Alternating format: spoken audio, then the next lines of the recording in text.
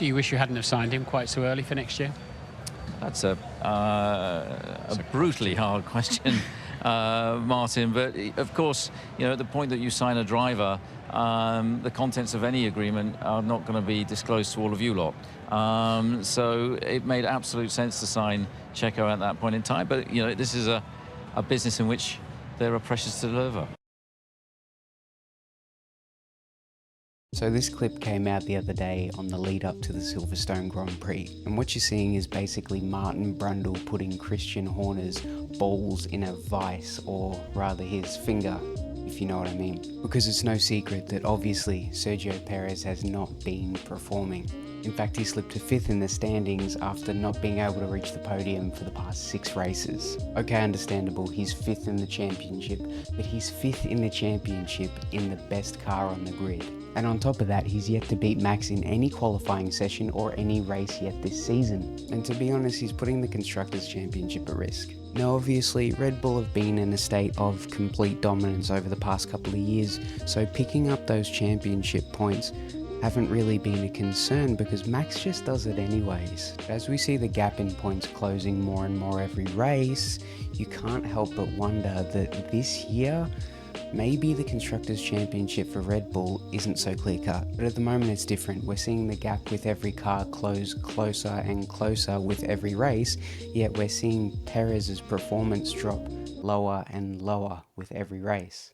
Just in the past 5 Grand Prix, Perez has come 8th, he's DNF'd, 8th, and then comes 7th. And this is not something new, like this happened to Perez last year too. I think it was after Miami or something, but at about the 1/3 way through the season last year, he just shit the bed performance-wise, and it was so crazy to see just all the mistakes he made thereon after. Like it was I don't want to say embarrassing, but I felt sorry for the guy. And even then, back in 2023, it seemed like a change needed to be made, just making mistake after mistake after mistake, and with seemingly no consequences from Red Bull. And it blows my mind to see them sign not just a 1-year contract, but a 2-year contract. I mean, Perez must have some like deep blackmail on Red Bull. Like, I mean, my little personal conspiracy theory is Perez was the one that leaked the Horner files earlier this year. You remember that whole situation? It was all those like files and pictures and Google Drive docs that showed Christian Horner to be like this super gooner. It has to be. Like, what? How is he still in the best performing team?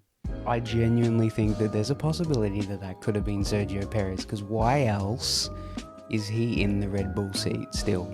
Christian Horner's in complete denial, like, throughout the whole situation. Obviously, he's just saying the same stuff that he did last year. He said here that he's aware of that. He's been working hard in the sim this week, working hard to understand where it's just not playing out for him. But what we've constantly seen with him is his resilience to be able to bounce back. We're hoping to see that very soon. Red Bull have been hoping to see that for the past 2 years. In fact, I'd argue they've been hoping to see that since 2021. It's almost like Perez is like a doomsday cult leader who time and time again predicts the end of the world, and it never comes through, it never happens. But regardless, his followers, Christian Horner, just always follow him no matter what, still, just with complete Stockholm syndrome. But part of the reason I made this video is of course due to Formula One's perpetual shit stirrer Helmut Marko, who said that Perez is actually at pretty high risk of losing his seat at Red Bull, with the leading candidate being Daniel Ricciardo. But apparently Daniel Ricciardo and Sergio Perez both have a clause in their contract that allow them to switch seats whenever, if desired. I guess you could call it like a performance clause. If you asked me if that was a good idea a couple of weeks ago, I probably would have said no, but you can't deny that Ricciardo's been putting in a couple of good performances over the past couple of Grand Prix, even on occasion outscoring Yuki. I mean, Ricciardo's not exactly being outclassed by Yuki every Grand Prix anymore, so I guess there is an argument to be made for Ricciardo swapping out with Perez. Also, side note, I got rid of the supernova that I had for a light over in the corner there in the last one. Yeah, that shit was way too bright, but I got something there to replace it. I think we need to stop comparing Perez to the 2021 Perez, you know, just like driving like an absolute monster, making the car 10 meters wide. Sure, that was great, but that was 3 years ago.